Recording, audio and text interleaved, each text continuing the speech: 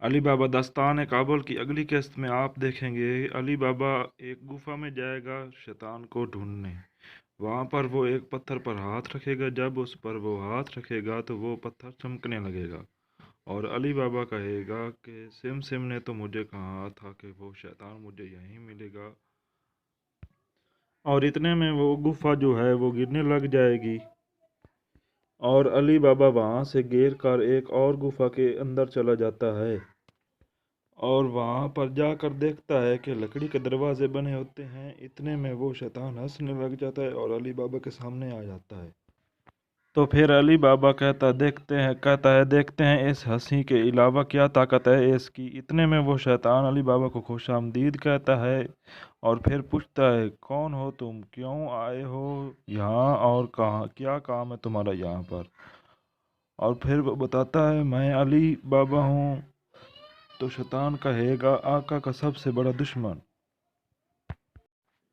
और उसके बाद उसके गिर्द चक्कर लगाने लग जाता है और कहता है बहुत तकलीफ दी है ना तुम्हें आका ने। तो अली बाबा उससे कहेगा तुम्हें कैद करने आया हूँ, तुम्हारा खात्मा करने आया हूँ। तो फिर अली बाबा उसको पकड़ लेता है और फिर वो शैतान उस पर जादू करेगा और अली बाबा भी ऐसे ही हंसने लगता है। तो फिर उसके बाद सिम सिम मर्जीना को ढूंढते हुए एक जगह पर जाएगी। तो वहाँ पर देखेगी तो उसको कोई भी नज़र नहीं आएगा और फिर वापस जाने लगेगी। तो फिर उसको मर्जीना जो है वो वापस बुलाएगी। तो वो वहाँ पर जाकर देखेगी तो मर्जीना जो है एक शीशे में कैद होगी। सेम सेम उसे देख कर कहेगी तू इबलीस ने तुम्हें यहाँ पर कैद किया है। और फिर मर्जीना से कहेगी तो यहाँ पर तुम्हें मेरे नूरे निगाह ने कैद किया है। उससे कहेगी कि आज इसी कैद में तुम्हारा खात्मा कर दूंगी। और फिर उसको याद आता है अली बाबा से उसने वादा किया हुआ था कि वो उसके दोस्तों को कुछ भी नहीं कहेगी।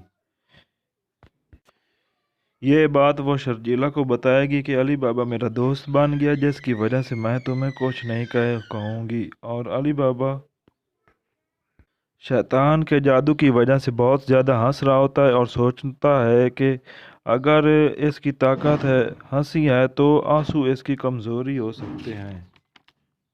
और वो एक लकड़ी को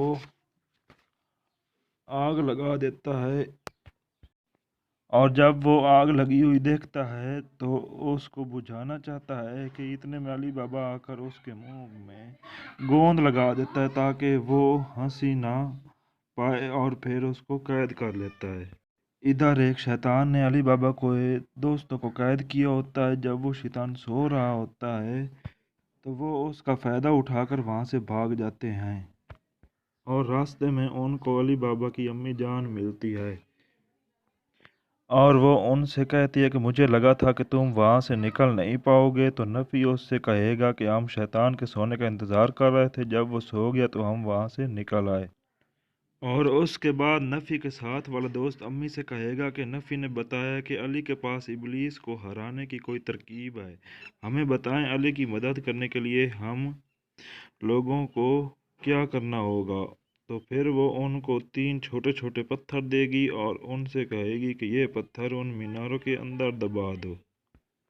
तो फिर वो अम्मी से पूछेंगे कि इन पत्थरों से होगा क्या। तो वो बताएगी इनकी मदद से मैं वो मीनार तबाह कर दूंगी।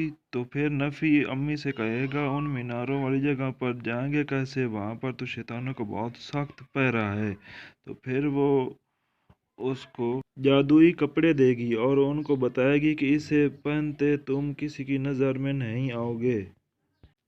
और उसके बाद अली बाबा कठपुतली को ढूंढ रहा होगा और उसको बुलाएगा और वहाँ पर कठपुतली आ जाएगी और वो उस पर अपनी जादुई रस्सियों से वार करेगी।